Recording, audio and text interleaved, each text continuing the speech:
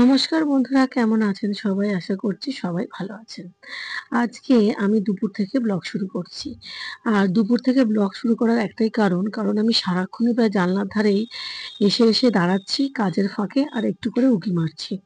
কারণ এখানে একটি বিহারি বিয়ের আয়োজন চলছে। আমাদের পাড়াতেই হয়েছে এবং এটি একটি ছেলের বিয়ে। সাজগোজ তোড়জোড় সমস্ত দিকে বেশ একটা হুল্লোড়। চারিদিকটা যেন ঝলমল করছে। আর ঠিক গেটটাও কি সুন্দর করে সাজিয়েছে দেখুন।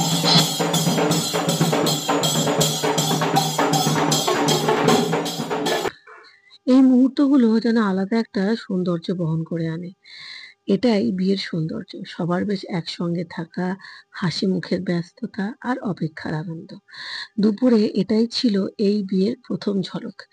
মাঝে মধ্যে কাজের মাঝে মাঝেই আমি লক্ষ্য রাখছিলাম যে দেখি তো কেমন হয় এদের বিয়ের সেরেমনি গুলো। আসলে বাঙালি বিয়ের থেকে তো বিহারি বিয়ের একটুখানি আলাদা ধরনের হয়। আর যে মেয়েটির সঙ্গে ছেলেটির বিয়ে হচ্ছে সেই মেয়েটিও কিন্তু বিহারেরই মেয়ে। আমি এমনি লোকমুখে শুনছি যারা পাড়াতে একটু কথাবার্তা বলছে যে মেয়েটাও কিন্তু বিহারেরই এবং এই যে বরযাত্রী দেখছেন না, এরা কিন্তু রওনা হবে আজকেই সন্ধ্যেবেলা এবং সম্ভবত বিয়ে করতে পৌঁছবে কালকে, মানে পরের দিন। তাহলে বুঝতেই পারছেন বিয়ের তোড়জোড় কতটা পরিমাণে হতে পারে এবং তার সঙ্গে এরকমভাবে দূরের বিয়ের কিন্তু বন্ধুরা বেশ খাটনিও আছে। তো যাই হোক, সারাদিনের কাজকর্মের মাঝে আমার কাছে যেন এটাও একটা আনন্দেরই মুহূর্ত। আমারও কিন্তু বেশ একটুখানি অন্যরকমই লাগছে বলতে পারেন।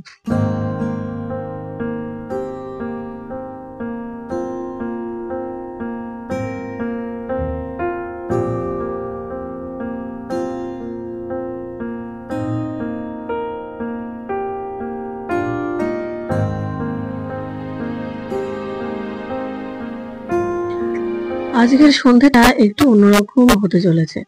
জানলার ওপাশে একটা বিয়ে হচ্ছে, বিহারি পরিবার। ওদের বিয়ের রীতিনীতি একটু আলাদা, একটু চঞ্চল, একটু রঙিন। তো যাই হোক, এইভাবে করতে করতেই সন্ধেও প্রায় নেমেই গেল। তো আমি তো অপেক্ষায় ছিলাম কখন এদেরকে আরেকবার একটুখানি ব্লগে ধরবো। আজকে বলতে পারেন যে বেশ ভালোই লাগছিল কিন্তু। সবদিনই তো একই রকম একঘেয়েমি ব্লগ হয়, তাই একটু যদি অন্যরকম ছোঁয়া থাকে ব্লগে তো সেটা ভালো লাগে। তো যাই হোক, দেখতে দেখতে বিয়ের সময়ও চলে এসছে। আমাদের এই বাড়ির মানে পাঁচিলের এখানেই দেখুন কত সুন্দরভাবে রেখেছে। মানে এত চারিদিকে আলোর ঝলকানি না, যে মানে চোখ একেবারে যেন ধাঁধিয়ে যাচ্ছে। তো যাই হোক, কখন বর আসবে এই আশাতেই একবার ওপর নিচ করছিলাম। তো বাজনার আওয়াজ শুনেই চট করে ওপর থেকে আবার নিচে নেমে এলাম। ভাবলাম যে না, বর তো এবারে যাচ্ছে, এবারে একটুখানি ব্লগিংটা করেই নি। আসল কথা কি জানেন তো বন্ধুরা, আপনার আশেপাশে যখন একটা খুব পজিটিভ কিছু ঘটবে না, তখন দেখবেন আপনার মনেও কিন্তু পজিটিভিটি আসবে। আর সেটাই কিন্তু খুব স্বাভাবিক। সেরকমটাই কিন্তু আমার সাথেও হয়েছে। যখন এই যে এরা এত সুন্দর লাল, নীল জামা কাপড় পরেছে, এই যে ছেলেটি সাদা শেরওয়ানি, মাথায় দেখুন পাগড়ি, এই হচ্ছে আর কি বর। কত মানে ভালো লাগছে দেখে এবং দেখে মনে হচ্ছে একটা বেশ অদ্ভুত উচ্ছ্বাস, একটু লাজুক, একটু গর্বিত, এরকম একটা দেখে মনে হচ্ছিল। নতুন জীবন শুরু করতে যাচ্ছে, অপেক্ষার একটা আনন্দ। এই যে বরযাত্রী সবাই মিলে যাওয়া, এখানেও কিন্তু একটা আনন্দের উচ্ছ্বাস রয়েছে। তা না হলে কেনই বা ব্লগিংটা করব বলুন?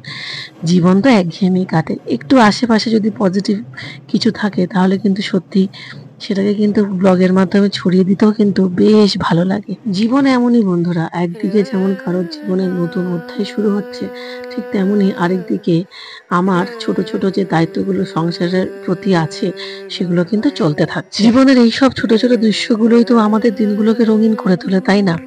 জানলার ফ্রেমের ভিতর দিয়ে আমি না হয় দূর থেকে সাক্ষী থাকলাম কারণ নতুন জীবন শুরু হওয়া, আর আমার সঙ্গে আপনারাও সাক্ষী থাকলেন আমার ব্লগের মাধ্যমে।